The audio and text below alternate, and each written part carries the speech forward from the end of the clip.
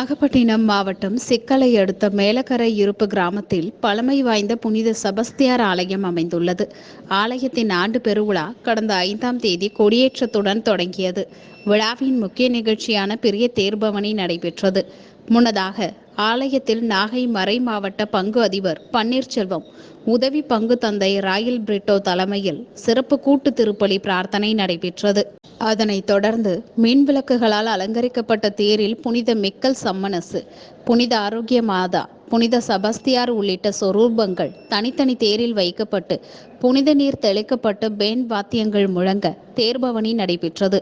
முக்கிய வீதிகள் வழியாக வலம் வந்த தேரை பக்தர்கள் மெழுகுவர்த்தி ஏற்றி வழிபாடு செய்தனர்.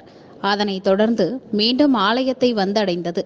இதில் ஏராளமான கிறிஸ்தவர்கள் கலந்து கொண்டனர்.